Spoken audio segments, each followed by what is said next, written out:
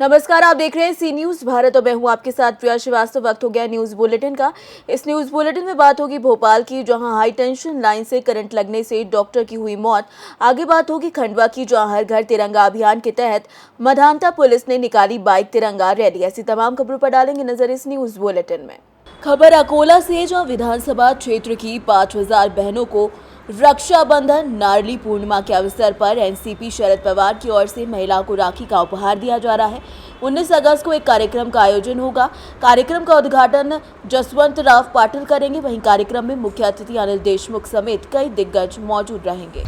आगामी 19 तारखेला राष्ट्रवादी शरदचंद्र पवार गटाचे प्रदेशाध्यक्ष जयंत पाटील यांचा मुर्तिजापूर येथे आगमन होणार आहे। तुमचं काय पार्श्वभूमी असणार आहे याची? 19 तारखेला राखी पौर्णिमेचा उत्सव आहे आणि भाऊ येतोय भेटीला हा कन्सेप्ट घेत आमचे सहकारी बंधू सम्राटदादा डोंगरदेवी यांनी हा कार्यक्रम आयोजित केला आहे। आमच्या पक्षाचे प्रांताध्यक्ष माजी मंत्री जयंत पाटील साहेब आणि माजी मंत्री अनिलबाबू देशमुख दोघेही जण या कार्यक्रमाला उपस्थित राहणार आहेत। सम्राटदादांच्या या संकल्पनेतून एक बहिणींसाठी भेट या दिवशी आयोजित केली आहे। बहिणींना विमा काढून देण्याची एक मोठी भेट ते देतात आहे। लाडकी बहीण ही जी योजना राज्यात राबवली जाते आहे सरकारने, ही योजना बऱ्यापैकी फसवी आहे असं समोर येतं आहे आणि या योजनेच्या समोर एकदम कॉन्क्रीट, एकदम ओरिजिनल असं बहिणींसाठी काहीतरी भेट देण्याचं नियोजन इथे सम्राटदादांनी केलेलं आहे। आम्ही पक्षातर्फे या त्यांच्या गोष्टीचं मनापासून कौतुक करतो आणि त्यांच्यासोबत आम्ही कायम आहोत। त्यांचे सहकारी म्हणून आम्ही कायम त्यांना सहकार्य करू अशी भावना इथे व्यक्त करतो। लाडकी बहीण योजना ही जी शासनातर्फे सुरू करण्यात आलेली आहे, बहुतांच्या ठिकाणी बोलल्या जात आहे की ही फक्त विधानसभेपुरतीच आहे, काय सांगू याच्यावर? हो, ही बिलकुल विधानसभा 2 महिन्यानंतर ही योजना कुठे जाईल, कारण सरकारच्या तिजोरीत पैसा किती आहे हे अर्थमंत्र्यांना चांगलं माहिती आहे। त्यामुळे तो पैसा किती राहणार आहे, काय होणार आहे, किती फसवा आहे हे त्यांना माहिती आहे। बहिणींनी या आमिषाला बळी पडू नये असं मला वाटतं। बहिणींनी या 1500 रुपयाच्या आमिषाला बळी पडण्यापेक्षा भविष्यात आपल्या आणि आपल्या मुलांच्या भविष्यासाठी जे काही योग्य आहे ते निर्णय घ्यावे आणि महाराष्ट्रातल्या बहिणी सुज्ञ आहेत, महाराष्ट्रातल्या महिला फार सुज्ञ आहेत, त्या अशा फसव्या योजनांना कधी बळी पडणार नाही।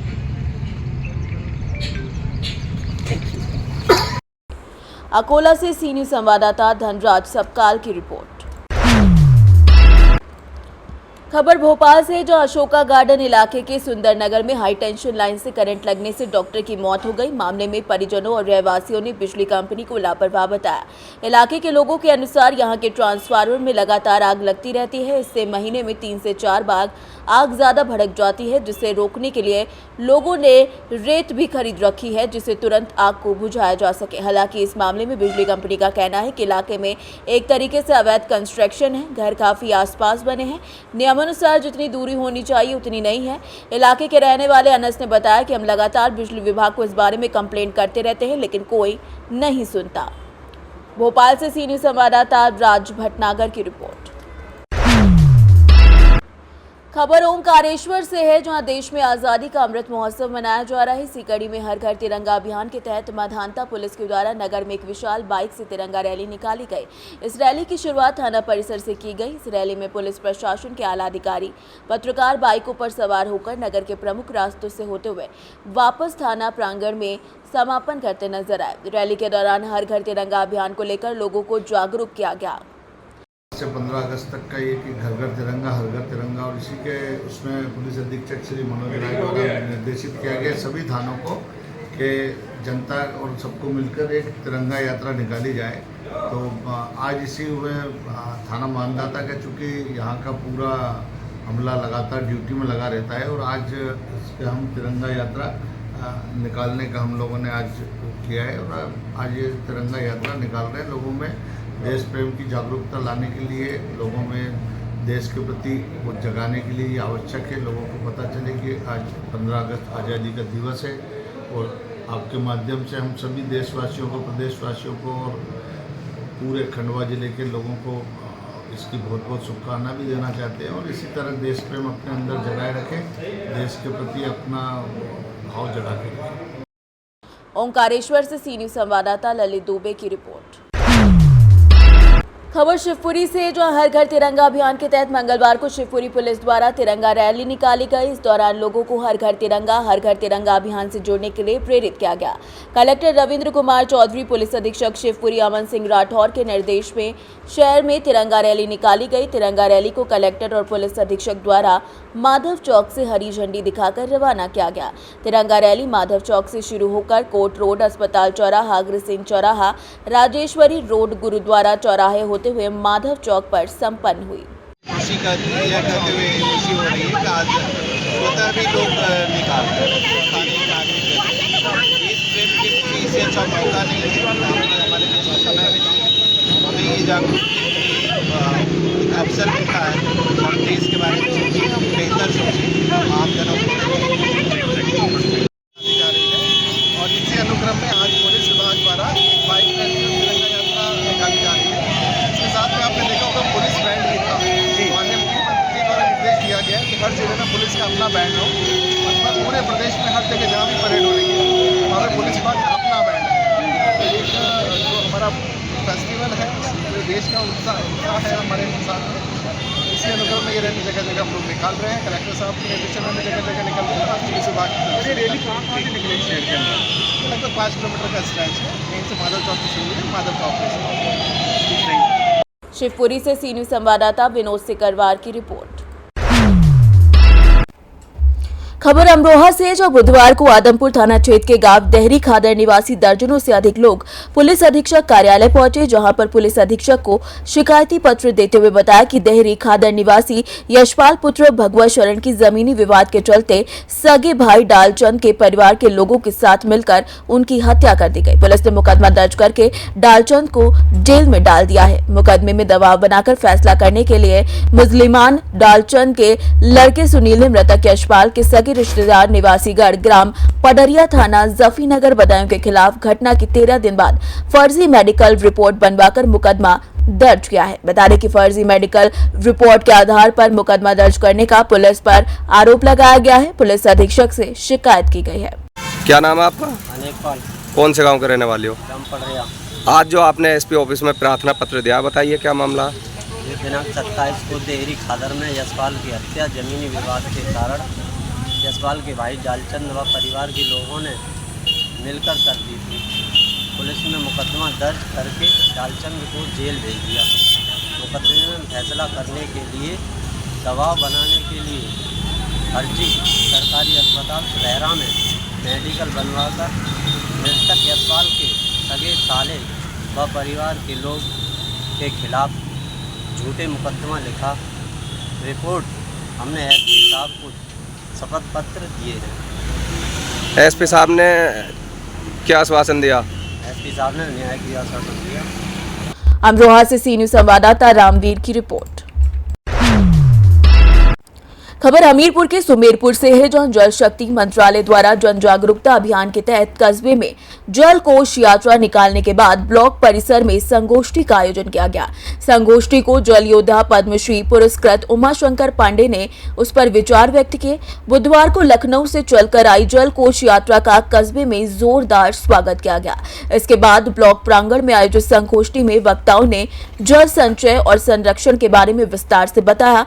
मुख्य अतिथि जल योद्धा पद्मश्री सम्मानित उमाशंकर पांडे ने कहा कि पानी के उपयोग की जरूरत के हिसाब से ही उसे उपयोग करना चाहिए।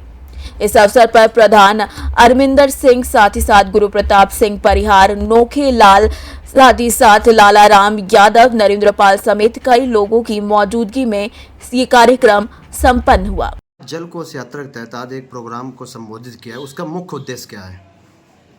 इस जल गोष्ठी का और जल कोष यात्रा का उद्देश्य है वर्षा की बूंदें जहाँ गिरें वहीं रोकें। खेत का पानी खेत में, खेत की मिट्टी खेत में, गांव का पानी तालाब में। समुदाय के आधार पर बगैर सरकार की सहायता के पुरखों के जल जोड़ने के जो बेजोड़ तरीके थे, उनको जागृत करने के उद्देश्य से आज हम लोगों ने मिल करके समूह से, समाज से प्रार्थना की है कि पानी अमूल्य है। पहला जो युद्ध हुआ था वो भोजन के लिए हुआ, दूसरा हुआ वो तेल के लिए हुआ, और तीसरा यदि होगा तो पानी के लिए होगा। कोशिश करें दुनिया में कहीं युद्ध ना हो, लेकिन भारत में तो हो ही ना। सर, ये कार्यक्रम किया गया है, कैसा और क्या है पूरा कार्यक्रम? ये कार्यक्रम जो हमारे बुंदेलखंड में जल संकट की समस्या मंडरा रही है उससे निदान पाने के लिए आज हमारे बीच में पद्म विभूषित श्री उमा शंकर पांडे साहब आए हैं। हमारे बुंदेलखंड के निवासी हैं। अब बुंदेलखंड पर जितना गंभीर चिंतन उन्होंने पानी पर किया है शायद वह कल्पनीय था। उसको संज्ञान में लेते हुए वो जो जल यात्रा के लिए जल गोष्ठी करके एक नई नई गोष्ठियाँ को गठित करके जल संरक्षण करने के लिए जो हमें अपने गुण बता रहे हैं उन पर हम अमल करने का काम करेंगे। इसी प्रकार से आज एक गोष्ठी सुमेरपुर में थी। हम सबसे पहले वो आए और कुआं का पूजन कराया। कुआं का पूजन करने के बाद में एक विकास खंड में गोष्ठी शुरू की गई। उस गोष्ठी में हमारे तमाम गांव के प्रधान लोग, सचिव लोग और गांव के क्षेत्रीय लोग, बच्चे और समूह की महिलाएं उपस्थित हुई और उनका ज्ञान लिया गया। तत्पश्चात हम लोगों ने जो ज्ञान लिया है उसको गांव-गांव तक पहुंचाने का काम करेंगे जिससे जल का संरक्षण हो सके। और सबसे पहला काम हम लोगों का ये होगा कि उनके जो उन्होंने गुण दिया, जो महत्वपूर्ण बात थी कि सबसे पहले हम विद्यालय जा करके बच्चों को इस कार्य के लिए प्रोत्साहित करें और बच्चों से भी अनुरोध करें कि अपने घरों में अपने घर के लोगों से, अपने मम्मी से, अपने पापा से, अपने भाइयों से इस चीज़ को जल रोकने के लिए कैसे प्रोत्साहित करना है, कैसे अनुरोध करना है। और पहले तो हमें अपने आप को ही जल संरक्षण के लिए बिल्कुल समर्पित कर देना है और इसके साथ साथ में भी अपने परिवार को, अपने घर के, अपने अगल बगल वालों को, गाँव वालों को जल संरक्षण के लिए प्रोत्साहित करना है।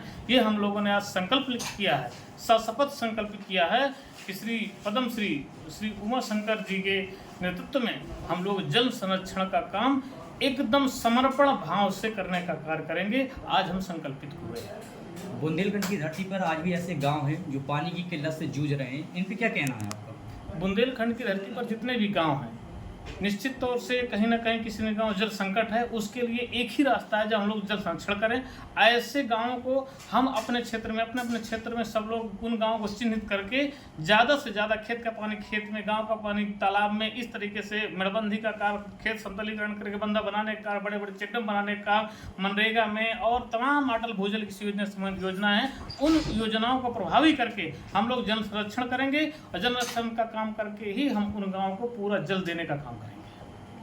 हमीरपुर से सी न्यूज संवाददाता जितेंद्र की रिपोर्ट। खबर इंदौर से, जहां अखिल भारतीय बलाई महासंघ और अन्य समाज के लोगों ने बांग्लादेश में शांति बहाल को लेकर शांति मार्च निकाला। राजवाड़ा स्थित मां अहिल्या की प्रतिमा पर माल्यार्पण करके शांति मार्च शुरू हुआ। पूरे भारत में पहली बार दलित समाज द्वारा विशाल शांति मार्च निकाला गया। बलाई समाज के राष्ट्रीय अध्यक्ष मनोज परमार के सानिध्य में विशाल शांति मार्च निकाला गया। 5 अगस्त से शुरू हुए हिंदू विरोधी दंगे बांग्लादेश के अंतिम सरकार बनाने के 4 दिन बाद भी नहीं रुक रहे हैं। भारत और मैं संतोष मालवी जहाँ हम मौजूद खड़े हैं, एमजी रोड पर खड़े हैं और कृष्णनगर कालीनगर पे खड़े हैं। यहाँ पर जो गरीबों के नेता मनोज परमार जी यहाँ पर हजारों की भीड़ में लेके आए थे, जहाँ क्या बांग्लादेश के खिलाफ ज्ञापन देने आए थे। हम जानेंगे, हमारे बीच में मनोज परमार जी है, आखिर क्या कारण रहा सर यहाँ पर जो ज्ञापन आप देने आए थे, क्या कारण रहा? 5 अगस्त से बांग्लादेश में हिंदू विरोधी दंगे चल रहे हैं, धर्म आधारित दंगे चल रहे हैं।